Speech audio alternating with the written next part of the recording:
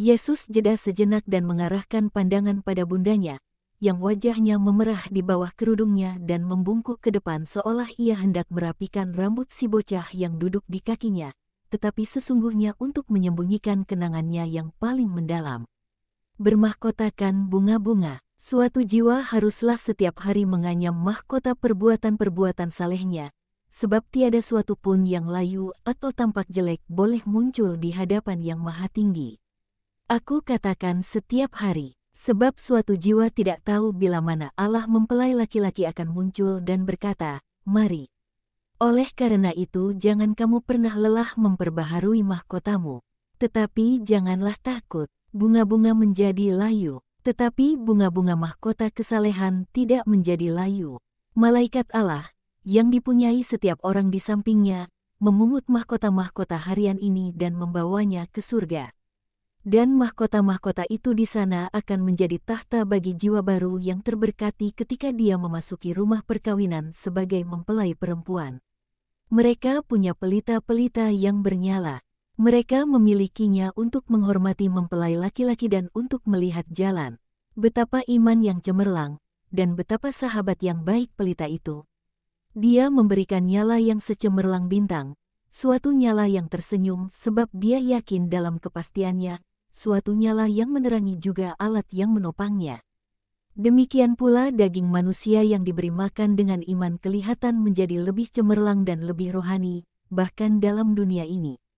Bebas dari layu sebelum waktunya, sebab dia yang percaya bertaut pada sabda dan perintah Allah demi memiliki Allah, tujuan utamanya, dan karenanya dia menghindarkan diri dari kerusakan, tidak gelisah ataupun takut, tidak merasa menyesal, tidak harus terpaksa berupaya untuk mengingat kebohongan-kebohongan atau untuk menyembunyikan perbuatan-perbuatan jahat, dan dia tetap muda dan elok melalui sarana kejujuran nan indah para kudus.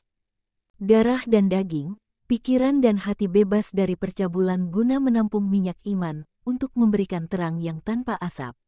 Suatu kehendak yang terus-menerus untuk memberi makan terang itu untuk selamanya.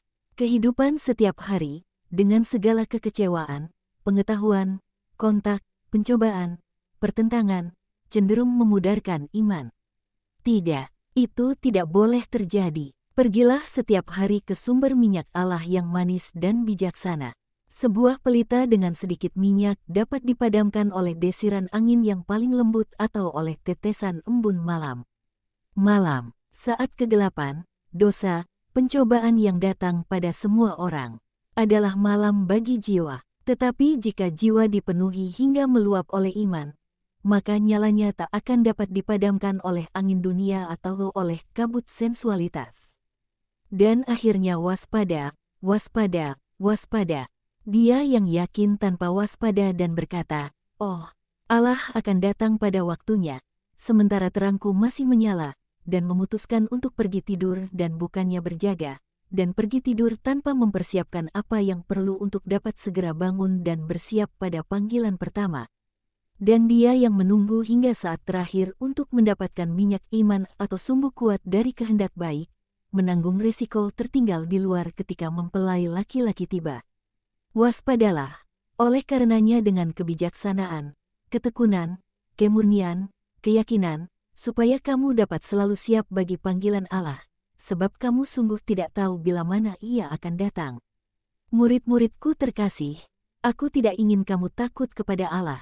Sebaliknya aku ingin kamu memiliki iman akan kebaikannya. Baik kamu yang akan tinggal di sini, maupun kamu yang akan pergi, harus merenungkan itu. Jika kamu melakukan apa yang dilakukan oleh para gadis yang bijaksana, kamu akan diminta tidak hanya untuk mengiringi mempelai laki-laki, melainkan seperti perawan Ester, yang menjadi ratu menggantikan Wasti, kamu akan dipilih dan ditentukan untuk menjadi mempelai perempuan, sebab mempelai laki-laki mengasihi dan menyayangimu lebih dari semua yang lain. Aku memberkatimu, yang hendak pergi. Bawalah sabdaku bersamamu bagi dirimu sendiri dan bagi teman-temanmu. Kiranya damai Tuhan selalu sertamu. Yesus pergi menghampiri para petani untuk mengucapkan selamat tinggal kepada mereka sekali lagi. Tetapi Yohanes dari Endor berbisik kepadanya, "Guru, Yudas di sini sekarang." "Tak mengapa," Bawalah itu ke kereta dan lakukan seperti yang sudah aku katakan kepadamu." Orang-orang dalam pertemuan itu perlahan-lahan pergi. Banyak yang berbicara kepada Lazarus. Dan Lazarus berpaling kepada Yesus, yang sesudah meninggalkan para petani dan berjalan menghampirinya. Ia berkata, "Guru, sebelum meninggalkan kami, berbicaralah kepada kami lagi." Itu adalah keinginan hati orang-orang Betania. Malam segera tiba, tetapi damai dan tenang. "Jika kamu mau berkumpul di tempat pemotongan jerami, aku akan berbicara kepadamu sebelum meninggalkan kota yang bersahabat ini. Atau kita dapat bertemu besok, saat fajar. Sebab saat perpisahan sudah tiba. Nanti, malam ini, mereka semua berteriak, 'Sesuai kehendakmu, pergilah sekarang. Aku akan berbicara kepadamu separuh perjalanan melintasi pos jaga pertama.' Dan sesungguhnya, dengan tak kenal lelah, Yesus berangkat menuju tengah suatu padang rumput yang baru disiangi, di mana jerami-jerami yang sudah dipotong membentuk sebuah permadani lembut yang harum baunya, sementara matahari tenggelam dan juga kilaunya melenyap dan jangkrik-jangkrik memulai kerik solo samar-samar mereka. Ia diikuti oleh para rasul, para Maria, Marta dan Lazarus bersama seisi rumah mereka, Ishak bersama para muridnya, dan akan aku katakan oleh seluruh penduduk Betania.